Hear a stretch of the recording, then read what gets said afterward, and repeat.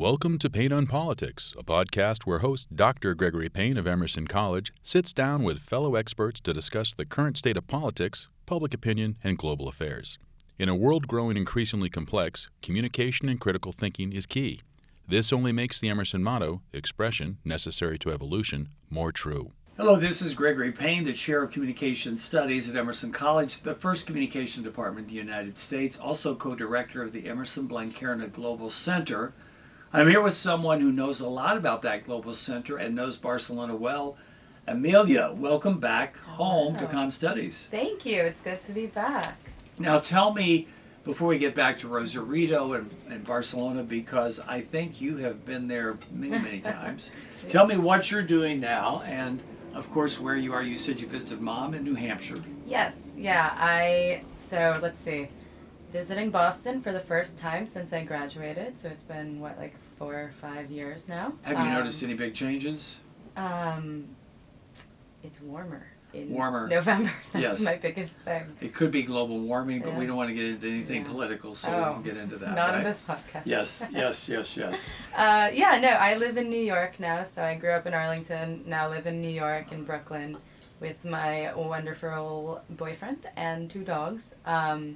And let's see, I have moved up and down the East Coast a bit, so lived in D.C. for a little while after graduation, and now I'm back in the Big Apple, and it's pretty cool. Yeah, I've worked at a couple different companies, have done some work for Nixon Rangers, then worked in a geospatial field doing product marketing for them, and have most recently been working at a sports tech company doing product marketing as well. So it sounds like strategic communication. Yes, yeah. I mean, the one thing I would ask you, Amelia, you were sportscom here, and what do you think you took away in terms of skills that has enabled you to transition to these various different aspects of communication? Yeah.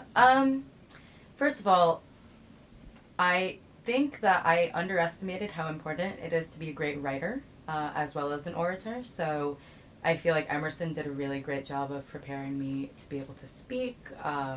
I have done a ton of presentations in a lot of the jobs that I've had and could not have done them if I had not taken all of the speech classes and, had all of the experiences in Rosarito and Barcelona that Dr. Payne kind of threw me into. And I think it was honestly for the best because I now know how to speak without crying on a stage. Well, Charles Wesley Emerson would be smiling from above, but I think that's, of course, one of the approaches we take, and that is take you to the deepest part of the sea and throw you in and say, okay, now. Yeah.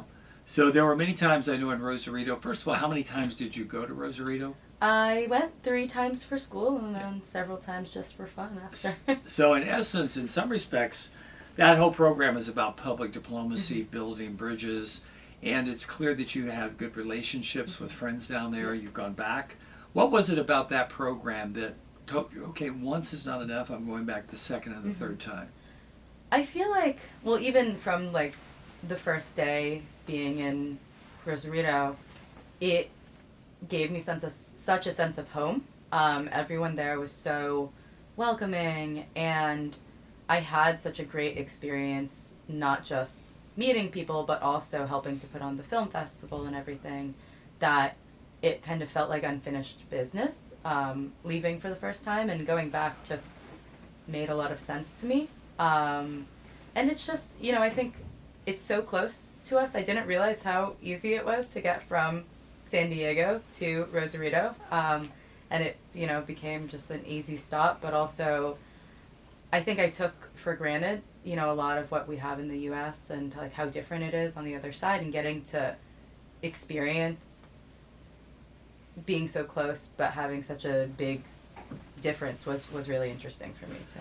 Now, you mentioned the film festival, which is the signature part of something we've been doing since 2008. Of course, you worked with Marcus Delgado, who now has a family and a beautiful daughter. We're hoping to get in the film festival in a few years. Yeah.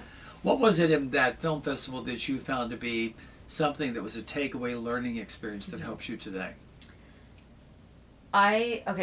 Many things. One of them was just being able to wear a lot of hats. I've worked at some startups, and I've also worked on teams that are just being built, and really being able to do anything within the world of communication, within the realm of marketing, has been super, super helpful. So, for the film festival, one day I'm like helping to create the programs, and another, we're like trying to run to Walmart to get like jugs of wine, but also like running to try to like, print copies of things, and also, doing all of the social media as well. I feel like it was really good learning experience for just understanding how to really quickly pivot to anything that I might have to do for work and not being nervous in doing that. So I think one term I keep hearing people say, I want more project management. You were basically managing various projects and jumping around. And I have to say you were very, very good at that.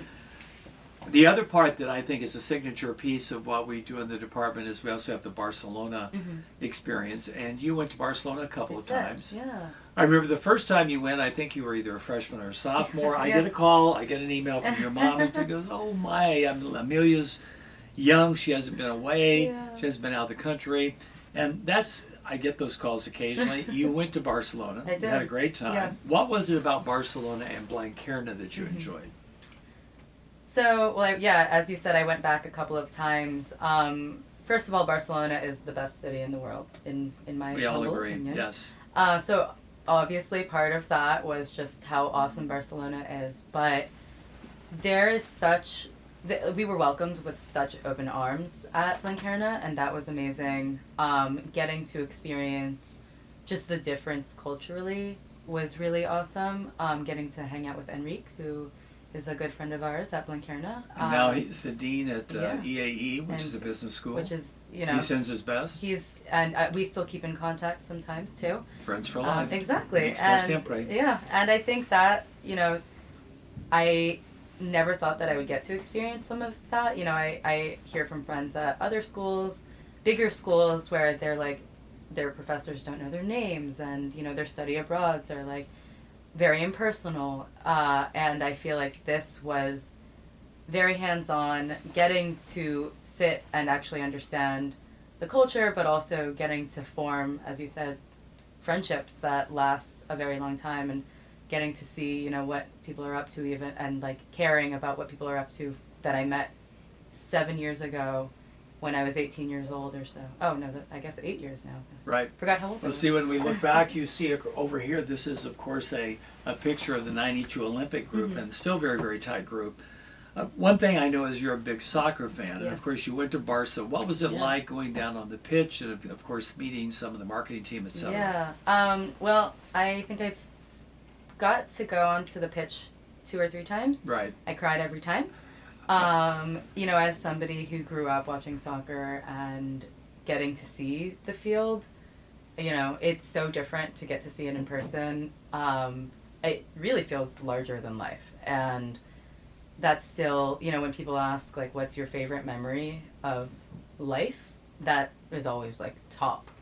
And just getting to, like Messi played there, Yes. like getting to see all of that, I feel like there's nothing like it. And also getting to learn from a team of people who have been instrumental in one of the most successful football programs in the world has been really, really cool too. Really inspiring as well. I feel like I had never considered a career in sports until going to Barcelona and seeing how much of an impact sports have on like the day-to-day that is in Barcelona. People are so ride or die for this team, and that was really inspiring, and that's what kind of made me fall in love with the idea of working in sports as well. Well, it's a unique club, of course. It's Mesta Club, which is more than a club. The only place you could go and speak Catalan during the Franco era, and of course a proud part of the identity. When you think of Barcelona, which we agree is, my favorite city, what is your favorite food? Because I'm going to ask you about Barcelona. I'm going to ask you about Rosarito. Yeah, okay. That's so hard. I love pan con tomate. Yes. You have to learn how to make it, though. Yeah, I've tried. It's just the bread's not the same in the Yes. States. I think that's what it is. Well, we don't have bread. No, Yeah. our bread here is not. But, like, if I go back, that's the first thing that I will be eating, like, without a doubt. Yes. And I could honestly live on that. Yes. So, yeah. Well, see, we would love for you to be going next, and I think next month we're going to be going to Sagrada Familia for a special 75th anniversary for Blanquerna. Last year we, of course, were with the Watergate with Bob Woodward, and that was our Global Summit. You were a part of Global Summits when you were here. What did you take away from putting those together, which, of course, universities and people around the world? It was such a cool experience. I got to do a couple here and in Barcelona, and then I was at the one last year when I lived in DC. It feels just like I feel honored to be part of things like that. And again, I feel like you don't get to have an experience like that at a school that's not Emerson. And just getting to be near Bob Woodward was awesome. It was so cool.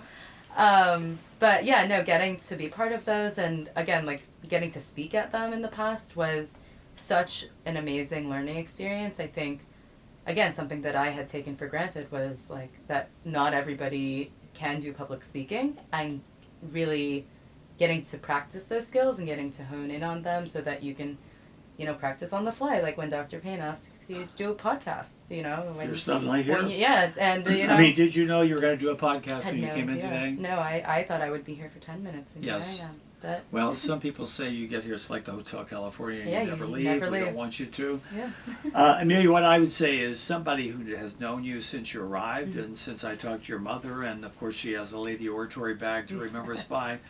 We've been very, very proud of what you've been doing. We know we're going to follow your career. We want you to bring back the new boyfriend, the dogs, etc. And just know, as they say in Barcelona, that we are Amigos per Siempre, friends for life.